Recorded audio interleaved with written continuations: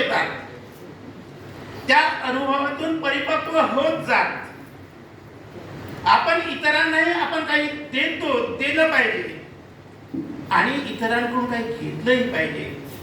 इतकं अमिट ज्ञान सांगणारी ही पत्र आहेत. जेनचा उल्लेख झाला, ग्रेसांचा उल्लेख झाला, जे मीही पहिल्यांदा वाचला आणि मग वाचतच गेलो. जे नियतीवादी होते,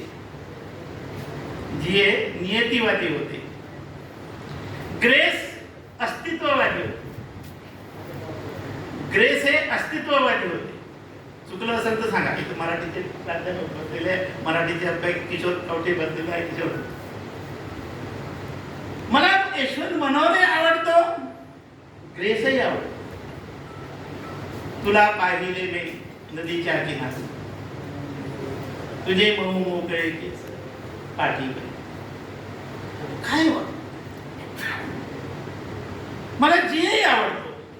जेव्हा मी जे वाचलं तेव्हा माझ्या मोठ्या मुलीला, ती पुण्याला इंजिनियर करते, मग तू जे वाच.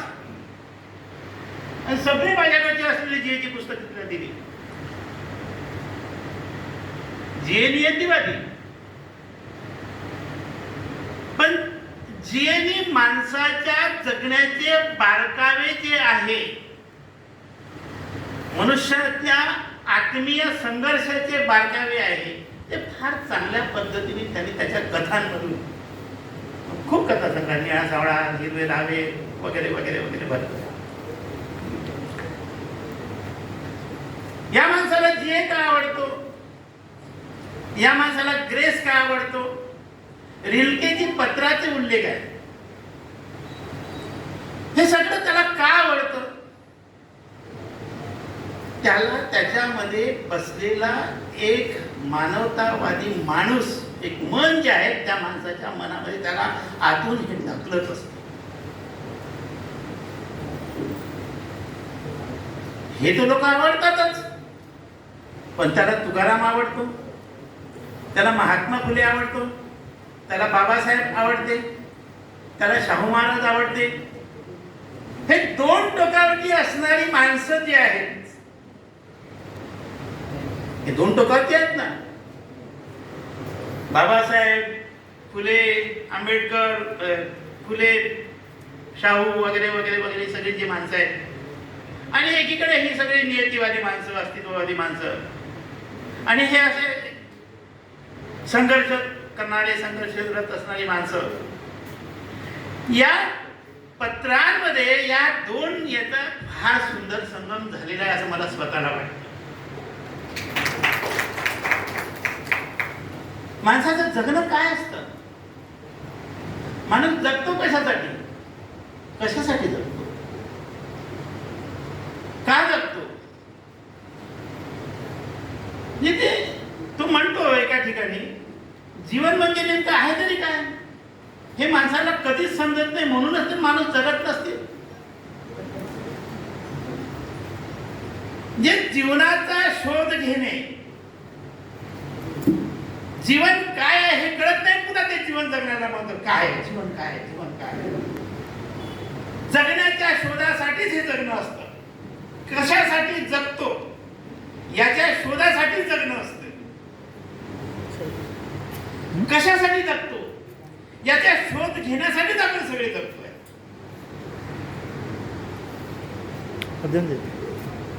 आता पद्मलेखांनी तो उतारा वाचून दाखवला, तो माझ्या दृष्टीने फार महत्वाचा. हा माणूस एकाच वेळेस धर्माची चर्चा करतो, एकाच वेळेस बहुजन समाजाच्या आलेल्या एका नैराश्याची चर्चा करतो. हा माणूस माणसातल्या माणूसपणाची शोधण्याची चर्चा करतो, समाजामध्ये असलेल्या वैगुण्याची चर्चा करतो. आणि हे सगळं शोधत असताना तो माणूस पण शोधण्याचा म्हणजे प्रयत्न जो आहे, त्याचा प्रयत्न हा सातत्यानं माणसातलं माणूस पण शोधण्याचा आहे. ह्या सगळ्यात पत्राचं काही आपल्याला घेता येणार नाही, पण जयंताचं जगणं, त्याचा व्यवसाय कुठला आहे हा माहिती. त्याच्या व्यवसायात एक केस आली, फार मस्त उल्लेख आहे तो. एका मुलीवर बाबानेच, आणि त्याची प्रत्यक्ष साक्षीदार तिची आजी, पण तीच फितूर झाली. पण त्या आजीनी जयंताने जेव्हा त्या आजीला विचारलं तू फितूर का झाली, त्या आजीने जीवनाचं तत्वज्ञान सांगितलं. काय सांगितलं, बापू हा किती दिवस जेलमध्ये राहील का, हाच ते एकटा कमावणार आहे म्हणे. तिची माईला सोडून गेली म्हणे, तिच्या याच्या कर्तृत्वापायी हाच काही करून कमावणार, ते खाऊ घालते म्हणे. मी किती दिवस पुरणार आहे म्हणे या पोरीसाठी म्हणे. बस एवढंच म्हटलं त्या म्हातारीला.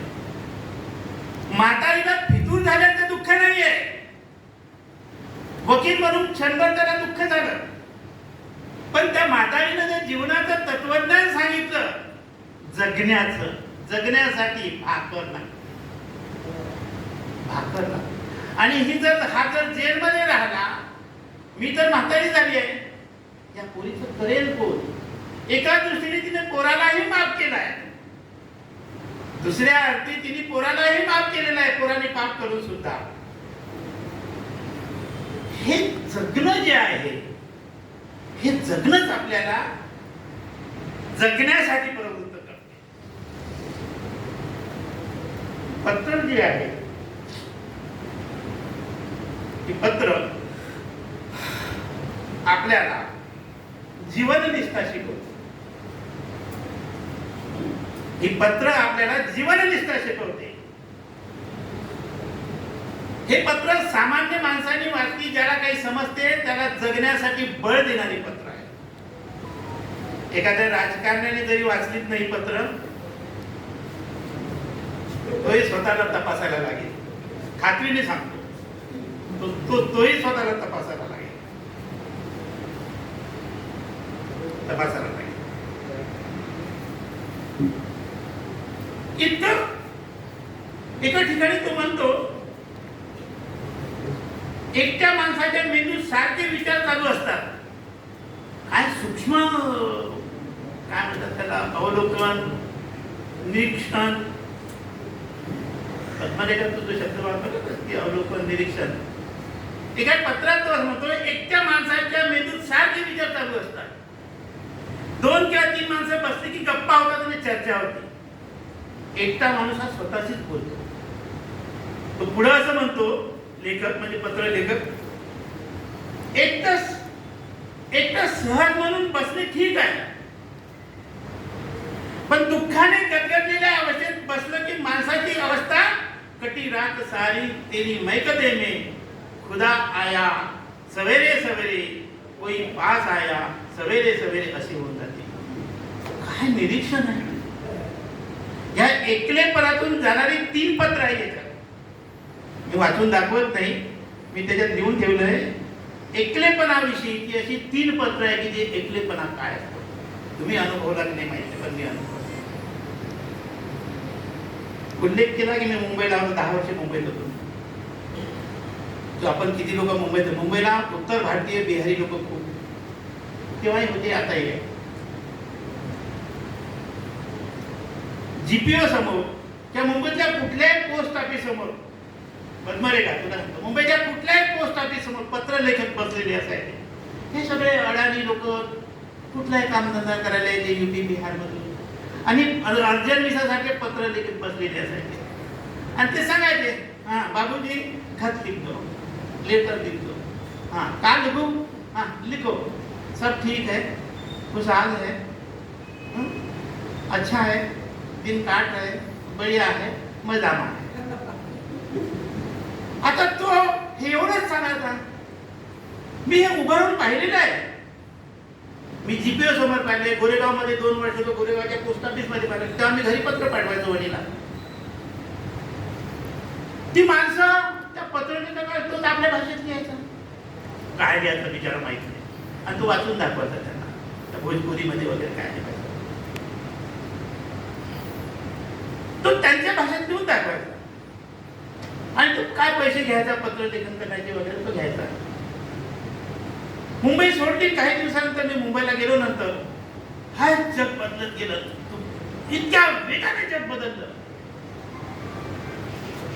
मी 78 ते 87 पर्यंत पाहिलेली मुंबई आणि त्यानंतरची आत्ताची पाहिलेली मुंबई, आज जीपीओ मध्ये पत्र घ्यायला कोणी जात नाही.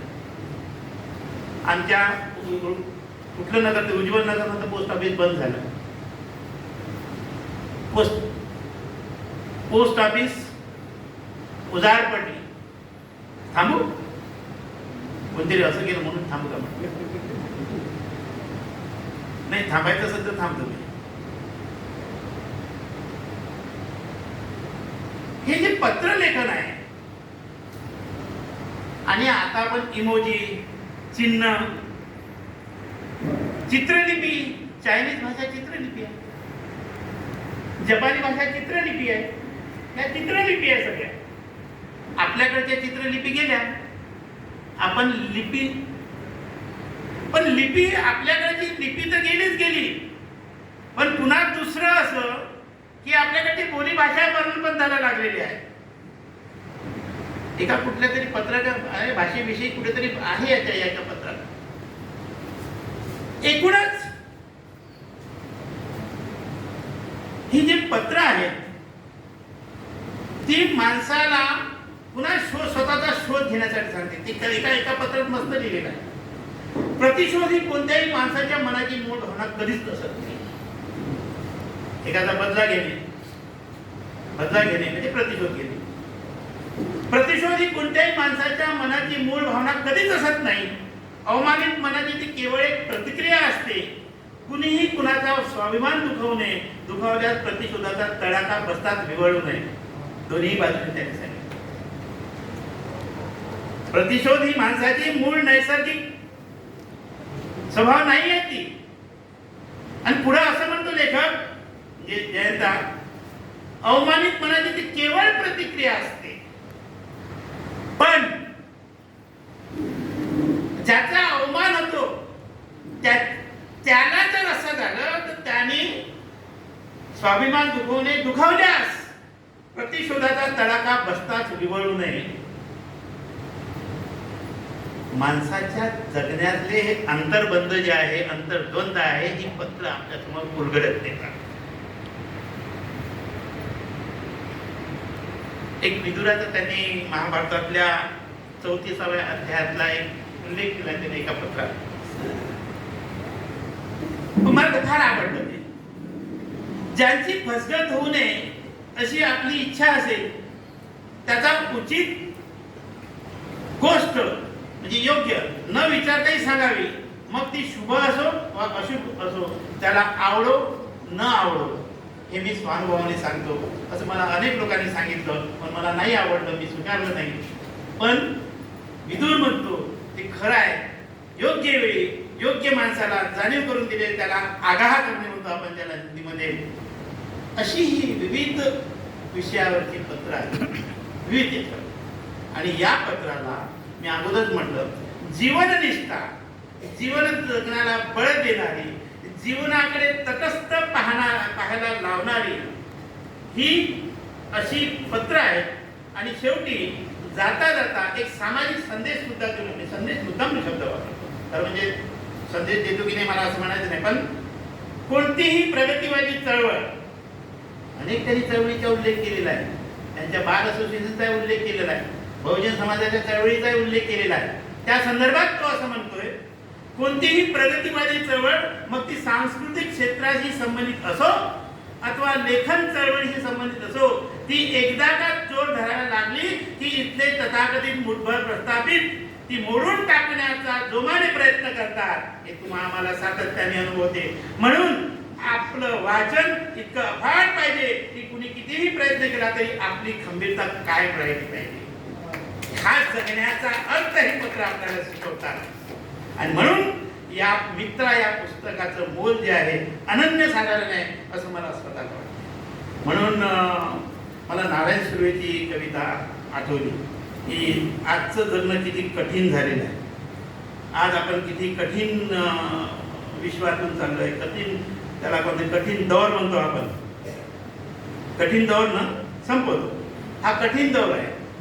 नारायण सुर्वेंना जेव्हा पहिला त्यांचा तो माझे विद्यापीठ संग्रह आला तेव्हा त्याच्यात त्यांनी दुसरा संग्रह, पहिला व्हायचा कामे ब्रह्म आणि नंतर माझे विद्यापीठ, त्याच्यात त्यांनी म्हटलं कठीण होत आहे. काय म्हणतात नारायण सुर्वे?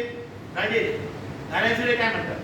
दत्तात्रेयजी, दररोज स्वतःला धीर देत जगणे कठीण होत आहे, अशी स्थिती आहे आज. दररोज स्वतःला धीर देत जगणे कठीण होत आहे. किती आवरावे आपणच आपणाला कठीण होत आहे. भोकाण पसरणाऱ्या मनात थोपटी झोपवून येतो. भुसा भरलेले भोत दिसूनही थांबणे कठीण आहे. तडजोडीत जगावे जगतो, दररोज कठीण होत आहे.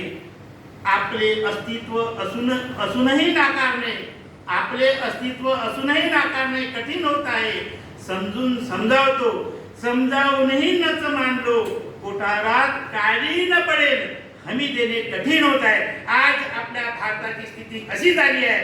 त्या पार्श्वभूमीवर या पत्रलेखकाला, लेखकांना लिहिलेल्या पत्राला आपण समजून घेतलं पाहिजे. इतकी स्वच्छ भूमिका या पत्रांमध्ये आहे. त्याला शुभेच्छा देतो आणि मी थांबतो. जय भीम, जय बिरसा, जय हिंद.